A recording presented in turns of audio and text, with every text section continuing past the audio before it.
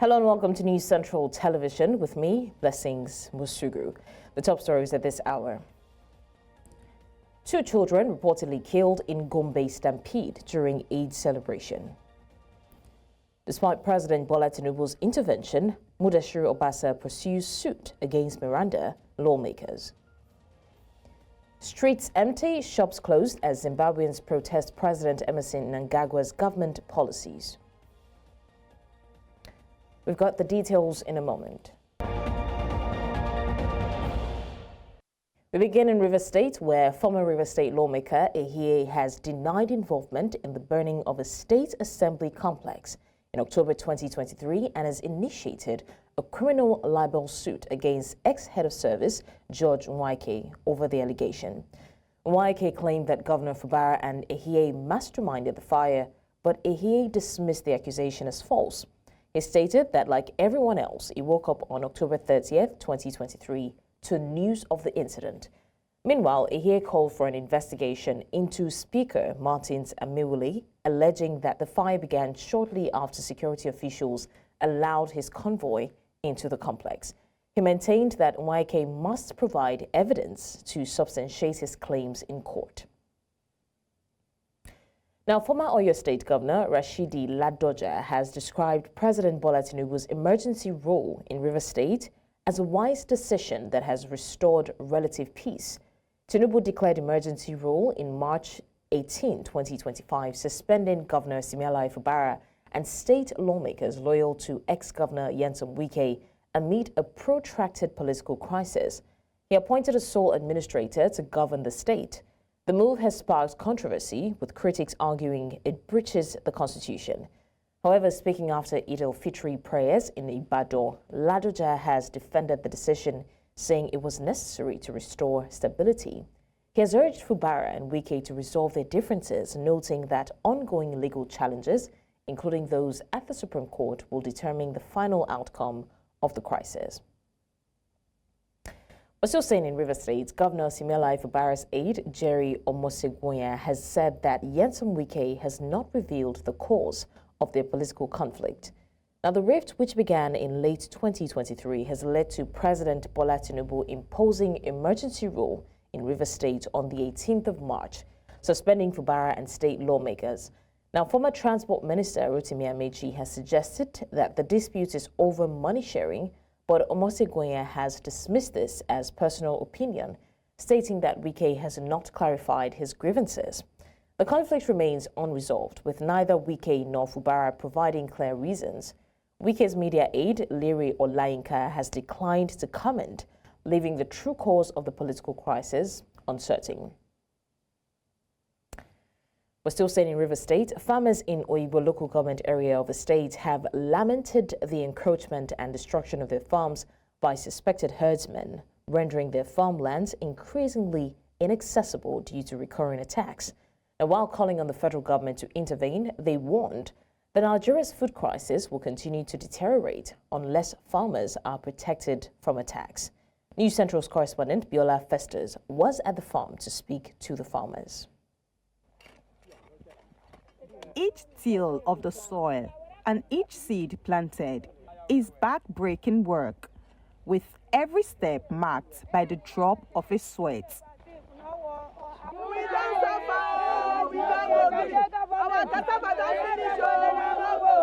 Farmers in Izuoma community in Oyigbo local government area of Rivers State toil tirelessly throughout the year, only to harvest nothing, as their crops are repeatedly destroyed by suspected herdsmen.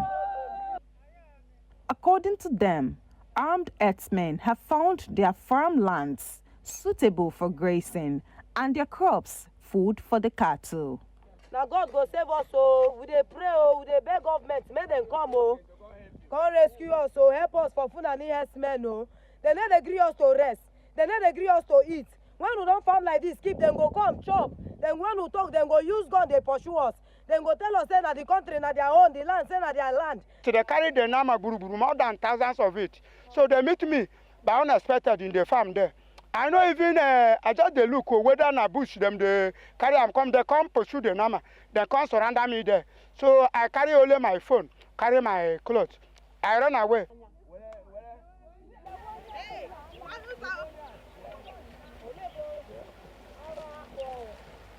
Upon our arrival at the hundreds of acres farm, the suspected herders were nowhere to be seen, but the unmistaken trails of cattle footprints and droppings told a clear story.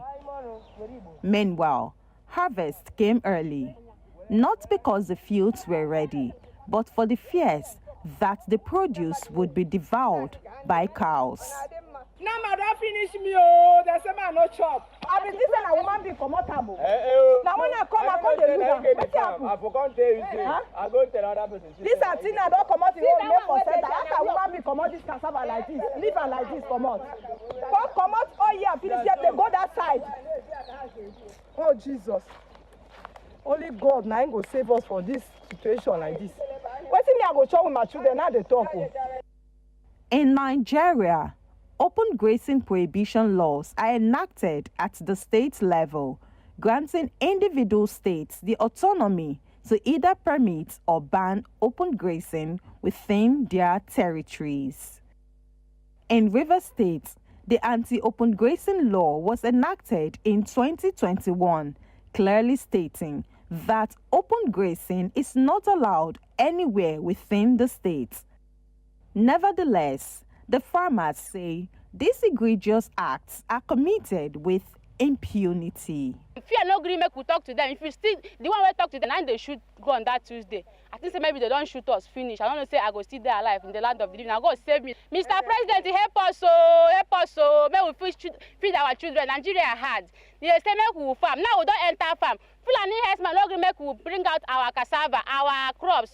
Man of us, so because no one nama board there now. Before my man, that guy flew a buffet de ebe lazia. Bamunu, I go for that ebe. Osa bam loco.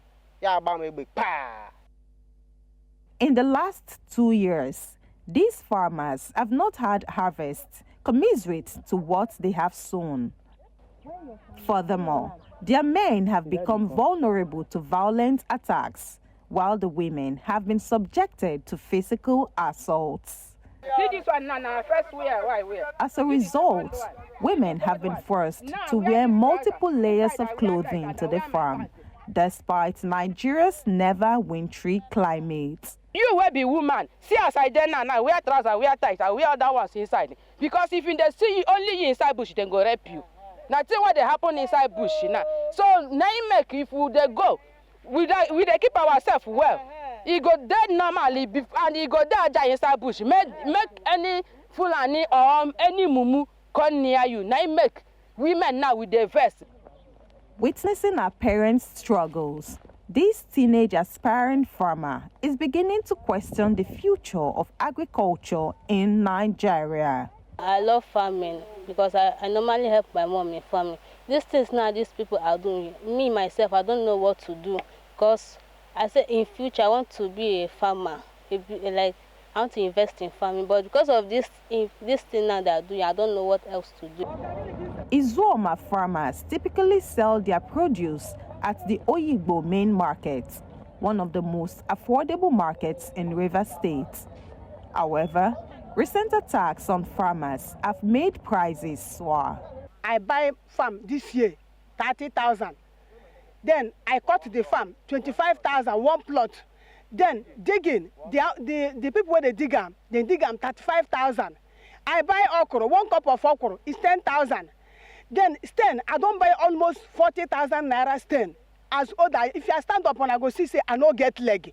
But due to how Nigeria dey now, I dey manage myself. After all these things, Fulani people will enter. They will enter, they will beg for water, we will give them. After you don't go back, they will come and finish everything. The chairman of the Oyigbo Farmers Association attributes the recent surge in attacks by suspected herdsmen to the prevailing political instability in the state. They started on 2023. When the information came, we reported to the area command, the DP of our farm, Commissioner of Police, and they wrote a letter to governor. The governor ordered them to invade the bush and chase them away. Reaching 2024, they came back again. Governor speak on air, on social media, that he gave them 21 days to leave. They see that the governor who chased them, who cited a committee, 12-man committee, to look into the matter, is no more there. They now use opportunities to come back to destroy, to do many activities in the area. These farmers in Izuoma community in Oyigbo local government area of River State have now become like strangers in their own lands. Going to the farm has become a very heavy chore for them for the fear of being attacked by suspected Fulani herdsmen whom they said have been attacking them for the past 2 years. With the rising inflation rate in food prices in Nigeria, what then becomes the future of the country? In Izuoma, for News Central, Biola Festus. We head to Lagos, where Lagos Assembly Speaker Mudashiru Obasa has continued his legal battle against former Speaker Mojisola Meranda and other lawmakers, despite President Bola Tinubu's intervention. Now, Obasa's counsel, Chief Afolabi Fashanu San, has confirmed that the case remains in court, with judgment pending. This contradicts speculations that Obasa would withdraw the suit following Tinubu's efforts to resolve the leadership crisis. Now, Justice Yetunde Pinheiro has reserved judgment on the case, which challenges the legality of the January 13 proceedings that led to Obasa's removal. Meanwhile, the Lagos Assembly has remained inactive since March 3rd, when Obasa was reinstated. Clerk Ottun Babatunde has suggested that plenary may resume after the Sallah break, though House committees have continued their work. Obasa is currently in Mecca for pilgrimage. Now, Women's History Month is a celebration of women's contributions to history, culture, and society, and has been observed annually in the month of March since 1987. Women's History Month 2025 took place from Saturday, the 1st of March, to Monday, the 31st of March, 2025. This year saw a dedication to empowering ambitious women across the African continent and celebrating their outstanding achievements. Wrapped up Women's History Month, it ushered in the 5th episode of the Accent's Top 100 Career Women in Africa, a get-together recognizing Africa's most outstanding women across industries. It's all about celebrating women, and it's about celebrating women who have achieved something in their careers. You know, we have decided that it's important to laud it, to support other women, to encourage them, and to let them know that what they're doing is recognized. Women are great performers. It's to honor the top 100 women, the career women in Africa. It's significant because is never think that you cannot do it. You have what it takes. All you need to do is put in the effort. When you put in the effort and then you get the help you need, there are courses you can do, there are people you can talk with that can help you with a foot in the door. Founded by Dr. Obi Edosian, a champion for women in corporate leadership, this move shines a spotlight on remarkable women whose achievements often go unnoticed, ensuring their stories inspire the next generation of African women. So I think when our political spaces start to look more like society, because in countries like Nigeria, we have almost 50% of the population are women. So when our electorates, when our judiciary, when all our systems and structures begin to represent what the population actually looks like, then we would have the policies that work in the favor of both men and women. So how were the bold, pioneering women shaping industries and redefining leadership across Africa celebrated amidst Women's History Month? Well, with prestigious recognition for women breaking barriers and transforming the professional landscape, inspiring others to lead with innovation, resilience, and impact. Women know how to multitask. Women also are able to bring on board, some great skills in problem solving, because naturally women know how to solve problems. Also, women know how to bring the team together in terms of team building. Keynote remarks by distinguished speakers, high-level panel conversations on leadership, financial power, and career visibility, and networking with Africa's leading women professionals and past honorees sealed the celebration for the month and put the icing on the cake of Women's History Month 2025. Now, former Senator Shehu Sani has announced his intention to contest for the Kaduna Central Senatorial seat. We're going to break now, and when we come back, the details of this story and more after the break. Many thanks for staying with us. Now, it has been an eventful week in Nigeria's House of Representatives with the passage of 113 constitutional amendment bills in just 72 hours. The amendments cover a wide range of issues, including devolution of power, electoral and judicial reforms, legislative adjustments, inclusive governance, and state and local government creation. However, while the House appears determined to push for key reforms, the sheer volume of legislation passed within such a short period, alongside the reversal of two key bills just a day after their passage, has raised concerns about their implications, urgency, and horse trading behind the scenes. Our correspondent, Idong Joseph, takes a closer look. A bill for an act to alter the provisions of the Constitution of the Federal Republic of Nigeria 1999 to completely eliminate the discrimination against women in the nationality law by allowing for wives to be able to pass on their nationality to their foreign husbands and for related matters. Second reading. The numbers are staggering. 110 constitutional amendment bills passing the second reading in a single week, a pace rarely seen in Nigeria's legislative history. The ayes have it. By comparison, constitutional amendments in previous years have moved at a much slower pace, often taking months or even years to gain traction. If you're a draft person, you will know the rules in terms of the number of alterations or amendments to a legislation, to an act or the Constitution that you will propose that will require a repeal. When you have about 50% or more, a particular act that is seeking to be amended ought to be repealed. So the number of constitutional amendments being proposed is another evidence that this Constitution has been overworked and reworked. And it is time to start looking at how to make the Constitution really people's constitution. Lawmakers argue that the speed reflects a commitment to closing long-standing constitutional gaps.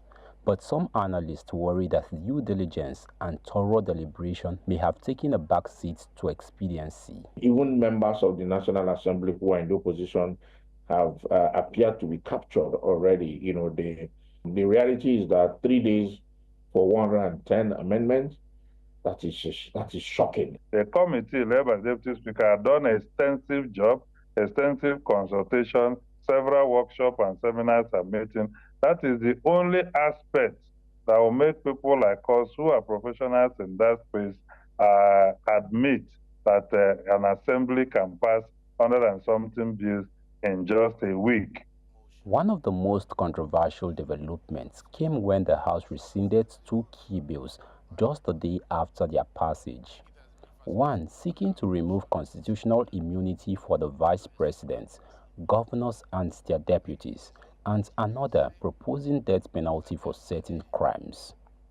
While the House defended the reversal as a move to allow more input from stakeholders, some suggest that external pressure may have influenced the decision. When bills are passed, sometimes those bills are passed in a hurry. Sometimes you not even hear that those bills have ever come out at all. And when you finally hear that, oh, it's gone first and second reading and all that, the next thing you hear, somebody somewhere would have said, oh, that bill cannot go through. They will now find a way to either rescind their decision or to step it down. There are mixed reactions as to whether the broad range of amendments truly reflects the aspirations of Nigerians. What we have in Nigeria today is the government of the oligarchy, by the oligarchy, and for the oligarchy. We no longer have, what you and I would probably describe as democracy, which is the government of the people, by the people and for the people. Gender equity issue, adequate representation of women, issue of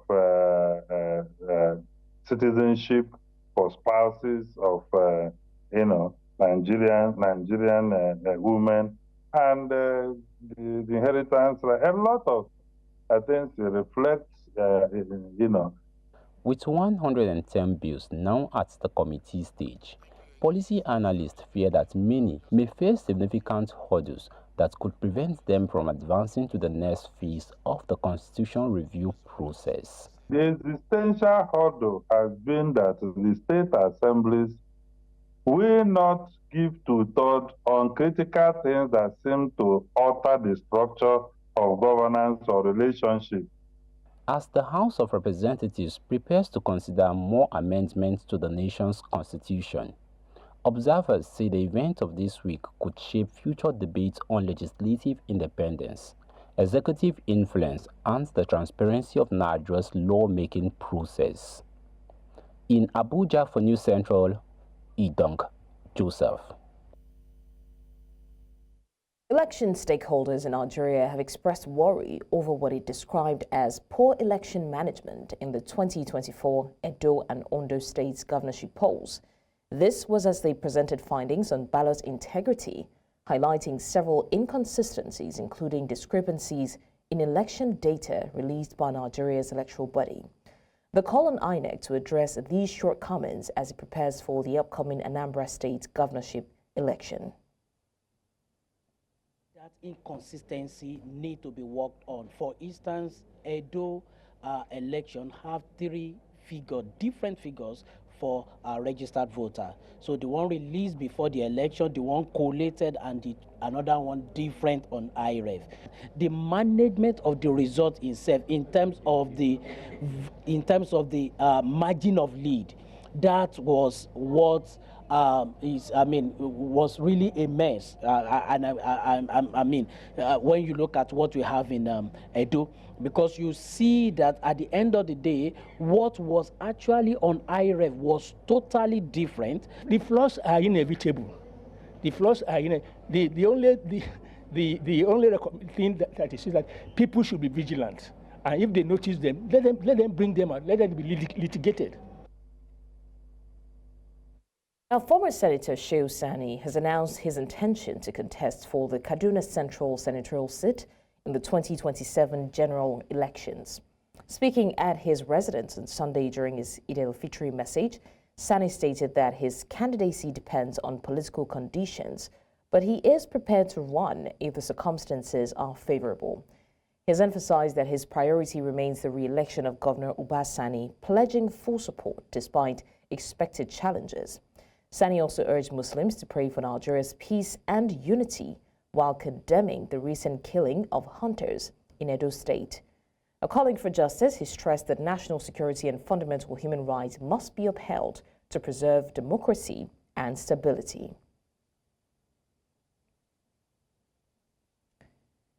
Now, EFCC Chairman Ola Olukoyede has reaffirmed that a corruption-free Nigeria is possible through collective determination and commitment. Speaking in Abuja on Sunday in his Eid-el-Fitr goodwill message, Olukoyede has expressed confidence in Nigeria's ability to defeat corruption, stating, "We are stronger than corruption and no corrupt act can break our resolve." He urged Muslims to internalize the lessons of Ramadan, self-denial, discipline, sacrifice, love and purity, and apply them to rejecting corrupt practices. Now, Olukoyede assured Nigerians that the anti-corruption fight remains on course, with the EFCC gaining momentum on tackling economic and financial crimes. He has encouraged citizens to embrace integrity and work together to build a corruption-free nation. Now, on a rather sad note, 2 children have died in a stampede at the Gombe main Eid prayer ground on Sunday, while several others have sustained injuries. The victims, Aisha Salisu Ahmed, 4.5 years old, and Miriam Abdullahi Gwani, 4 years old, were caught in the rush as women and children attempted to exit the venue. Gombe State Governor Muhammadu Yahya has condoled with the families, expressing grief over the tragedy. He has ordered a thorough investigation to determine the cause and prevent future incidents. A government delegation visited hospitals where victims are receiving treatment with most in stable condition. The governor has directed that all medical expenses be covered by the state government to ensure proper care and ease the financial burden on affected families.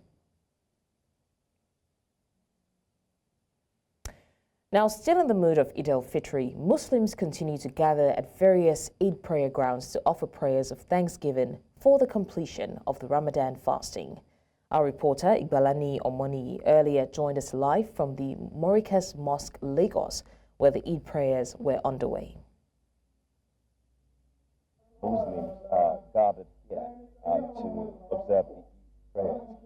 We know that according to the Sultan of Sokoto, the President, who is also the President General of the Supreme Council for Islamic Affairs, Alhaji Muhammad Abubakar, the one was cited on Sunday, the third year, marking the end of Ramadan, the Islamic holy month of fasting. The Eid prayer, also known as Sallah al-Eid, is a special congregational prayer performed to mark the occasion.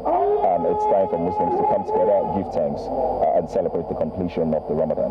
The prayer signifies some sort of renewal of one's commitment to their faith and the opportunity to seek forgiveness and guidance.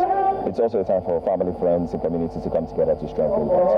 And just as you can see behind me, they are observing their prayers, and in fact right now they're standing at a very small area just to try to manage space and not hinder their prayers. Behind me, beside me, by my left, they're at a vantage point here above a building and trying to capture everything you can see behind me here. You can see the prayers are ongoing right now. And I'd like to just give you 10 seconds so we can see the scenario of what's happening behind me.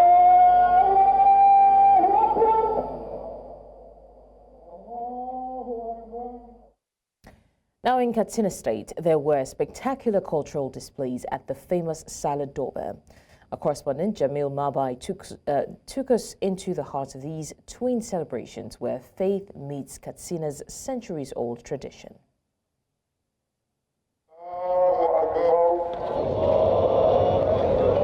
After 30 days of spiritual reflection, Muslims across Katsina State celebrate Eid-el-Fitr. This sacred day marks not just the end of Ramadan, but a renewal of faith and community bond. The significance of Eid is to unite the Muslim Ummah, to pray for the nations, to pray for the nations, and then to be united across the world. And the significance of Shawwal is to fast 6 days of Shawwal as the Sunnah of Rasul sallallahu alaihi wasallam, and to visit each others and to help the needy as well as the small ones, to give gift for them so that they are be happy that they are in the Eid-el-Fitr. Here at the historic Katsina Central Mosque, Muslims conclude their prayers, their faces reflecting the true meaning of Eid gratitude and peace. So we thank Allah who made it possible and easy for us to witness this day. And I urge every Muslim Ummah to celebrate this day in peace and prosperity. Though Eid is celebrated globally, in Katsina the Daba, which is uniquely Nigerian and a vibrant preservation of pre-colonial heritage. A gaskiya yana da wani irin babban tarihin kuma wanda tun kafin a yi kaka da kakanni aka samo shi. Alhamdulillah, wannan abu yana da babban tasiri a zukatan talakawa. Every stitch and sword tells a story. These ceremonial costumes can only be worn by kingmakers and royal knights. Wanda ba su saba wa'annan jajjayen kaya suna nuna 'ya'ya ne ko kannai ko 'yan uwa na kusa da sarkin Katsina. Wannan kayan silke ne masarautar Katsina wanda muke sawa duk shekara saboda tunawa da wasu lokuta na baya a lokacin da aka yi yakuna a Katsina. As the dust settles on another magnificent Daba in Katsina, we are reminded that Eid is more than a festival. It's where faith, culture, and history meet. In Katsina for News Central, I am Jamil Mabai. Now, the 16th Emir of Kano, Muhammadu Sanusi II, has endorsed the ban on the annual Sallah, citing the decision as crucial for maintaining peace and security across Kano State. The Emir, while addressing guests at the event, stressed that peace remains the foundation for societal progress and development. Now, in the same vein, Kano State Governor Abba Yusuf and his Sallah message assured residents of the promotion of economic stability in the state. Emmanuel Bagudu has more on this.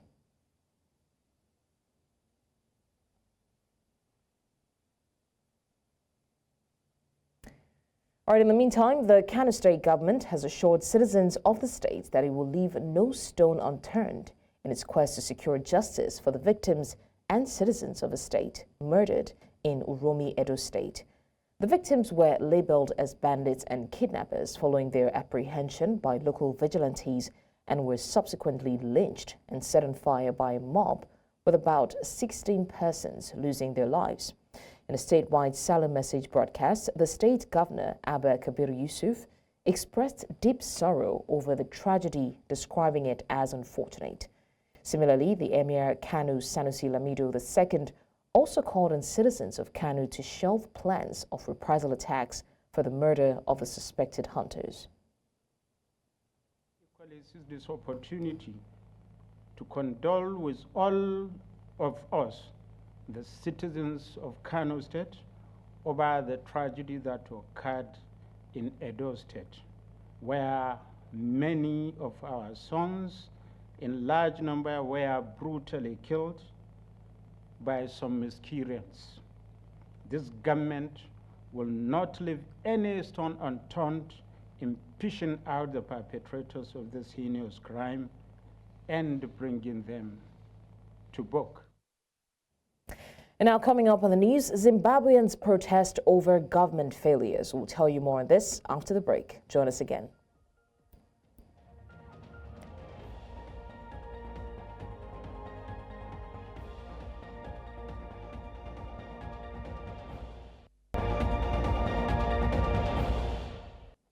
Thanks for staying with us. Now to more stories. Reports from Zimbabwe indicate an unusual calm this morning, with streets empty and schools closed.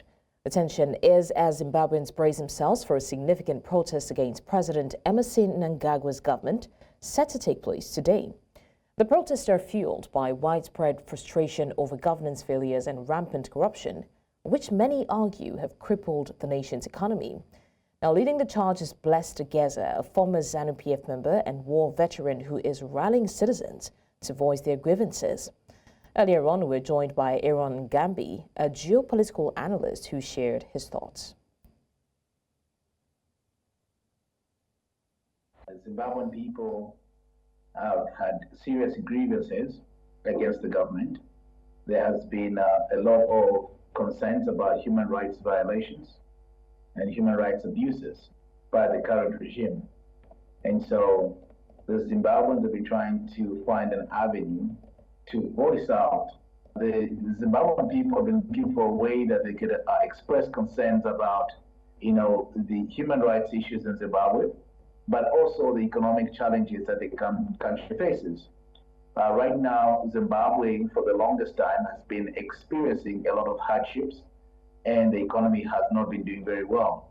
And a few years in power that President Mnangagwa has been president of that country, he hasn't addressed the fundamental issues of the economy, and also there's been allegations of corrupt practices and corruption on his part and the government itself. Therefore, these are the issues that we're dealing with today in Zimbabwe. Now, Ahmed Mowad, an Egyptian merchant, spent nearly 2 years in Sudanese paramilitary-run detention centers after being accused of being a spy.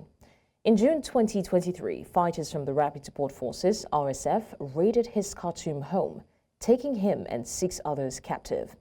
Now, despite no evidence of wrongdoing, the RSF, embroiled in a war with the Sudanese army, accused them of espionage.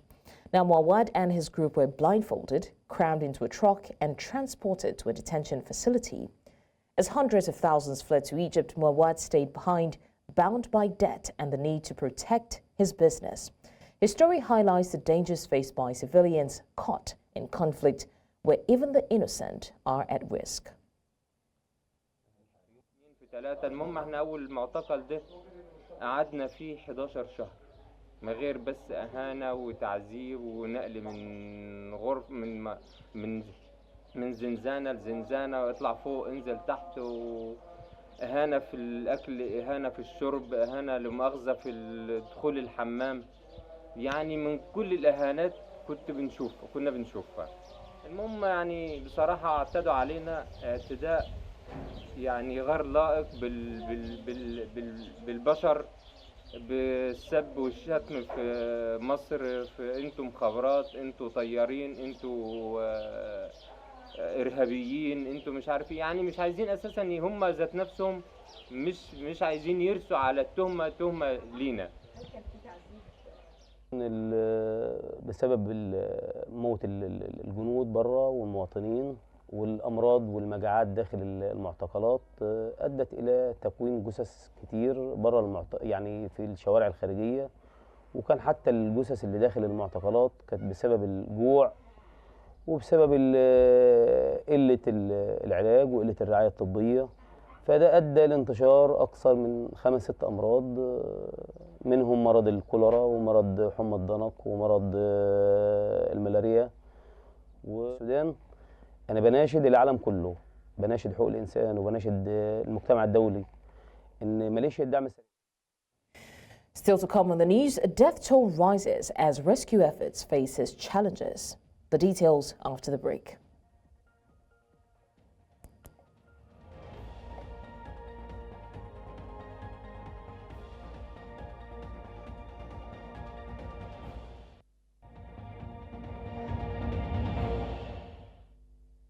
And now to stories outside the African continent. Rescue efforts in Mandali, Myanmar slowed as hopes of finding survivors dwindled following a powerful earthquake that killed at least 1,700 people in Myanmar and Thailand.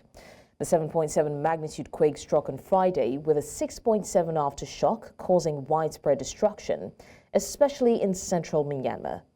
Temperatures exceeding 40 degrees Celsius, 140 degrees Fahrenheit, are hindering rescue teams, exhausting workers, and accelerating body decomposition. A poignant moment occurred on Sunday when a pregnant woman, rescued after 55 hours trapped under rubble, died from blood loss following an amputation. Monday's efforts focused on recovery, with funerals planned and Muslim worshippers marking Eid-el-Fitr near a collapsed mosque.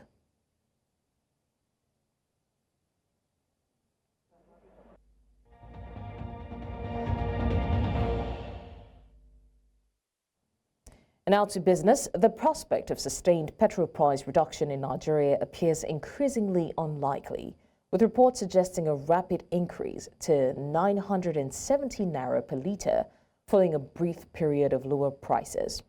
A business correspondent, Chairman Dabeng, investigates to confirm whether this is indeed the case.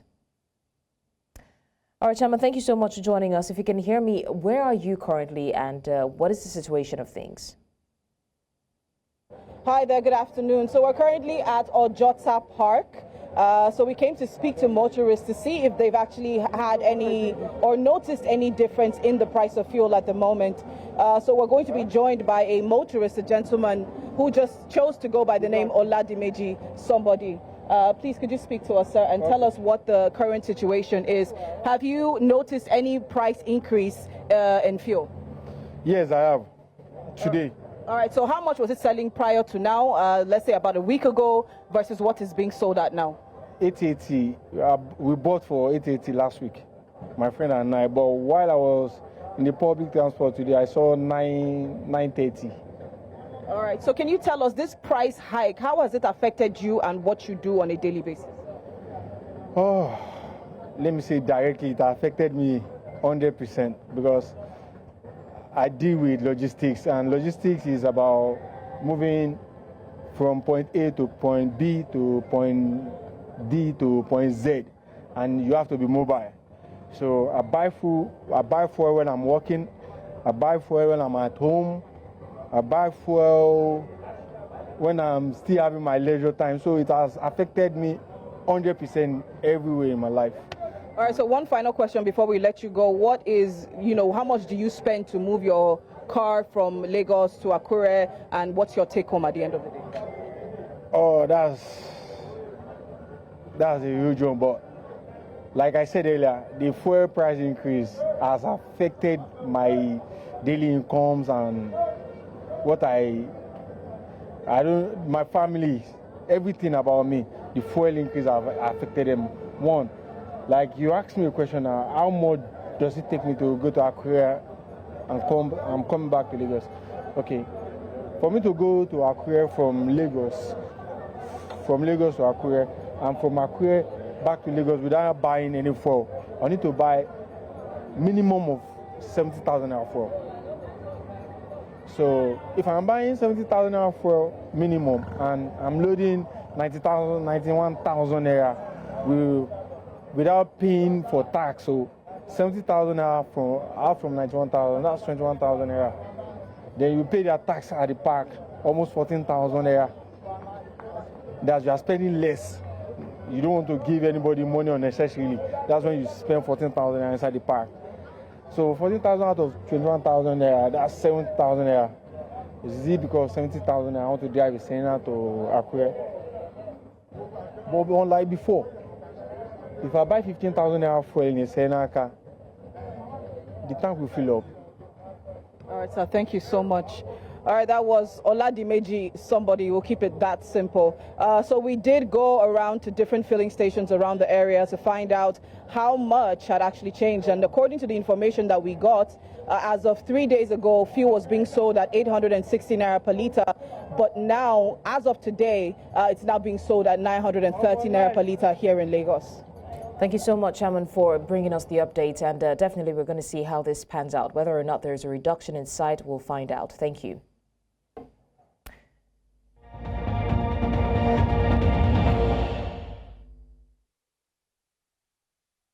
Now to sports. Morocco kicked off their Total Energies. Sincere apologies. Nigeria has officially secured the hosting rights for the 2026 Commonwealth Fencing Championships, becoming the first sub-Saharan nation to stage the tournament. The Commonwealth Fencing Federation confirmed the decision on March 27, awarding the rights to the Nigeria Fencing Federation over Australia. Now, CFF President Marie-France Defour stated that after reviewing Nigeria's revised bid, the board voted in favor of the country.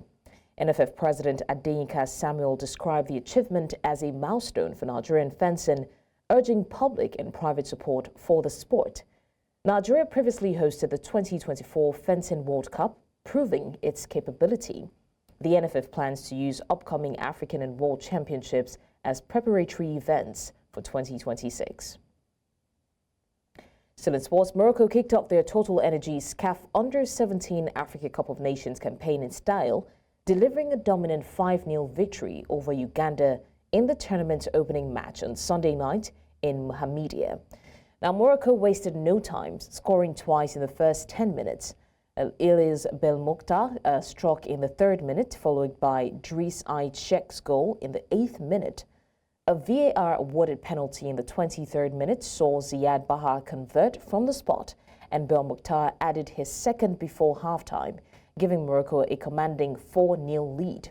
Uganda attempted a comeback in the second half, but Moroccan goalkeeper Chouaib Bellerouche produced crucial saves to deny them. Morocco sealed the victory in the 71st minute when Bahar capitalized on a defensive error, securing his brace. Now, with 3 points and a strong goal difference, Morocco tops Group A, sending a strong statement to their tournament rivals. Still in sports, Czech teenager Jakub Mensik denied Novak Djokovic a landmark 100th ATP singles title with a stunning victory in the Miami Open final. The 19-year-old defeated the Serbian legend 7-6, 7-4, 7-6, 7-4 to claim his first ATP Tour title.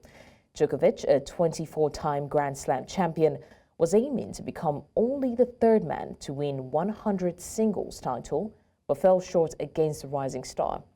Mensik, who was just 10 months old when Djokovic won his first title in 2006, nearly withdrew before his first match due to injury. He credited his physiotherapist and Djokovic as inspirations. Djokovic graciously admitted defeat, telling Mensik, "Maybe you let me win next time." Well, speaking of next time, that's all on the news at this hour. But before we go, let's take another look at some of the major stories. Now, we did tell you that 2 children reportedly killed in Gombe stampede during Eid celebration. We also mentioned despite President Bola Tinubu's intervention, Mudashiru Obasa pursues suit against Meranda lawmakers.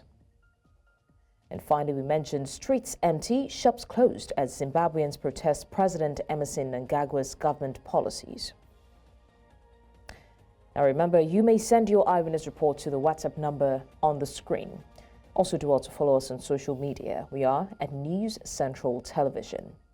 You can watch News Central live on DSTV, channel 422, Gold TV, channel 23, Star Times, channel 274, Avo TV, and YouTube. Many thanks for watching. I'm Blessings Mosugu.